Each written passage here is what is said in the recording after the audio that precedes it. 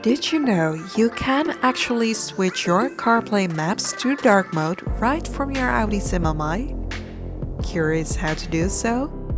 Just watch this video and I will show you in a few simple steps how to switch your Audi CarPlay maps to dark mode.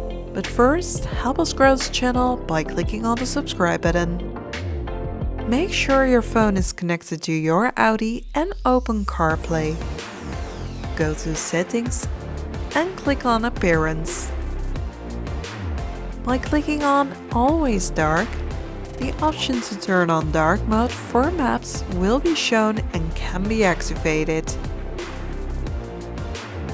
Thank you for watching this video and don't forget to click on the subscribe button to see more VAG Car Tutorials.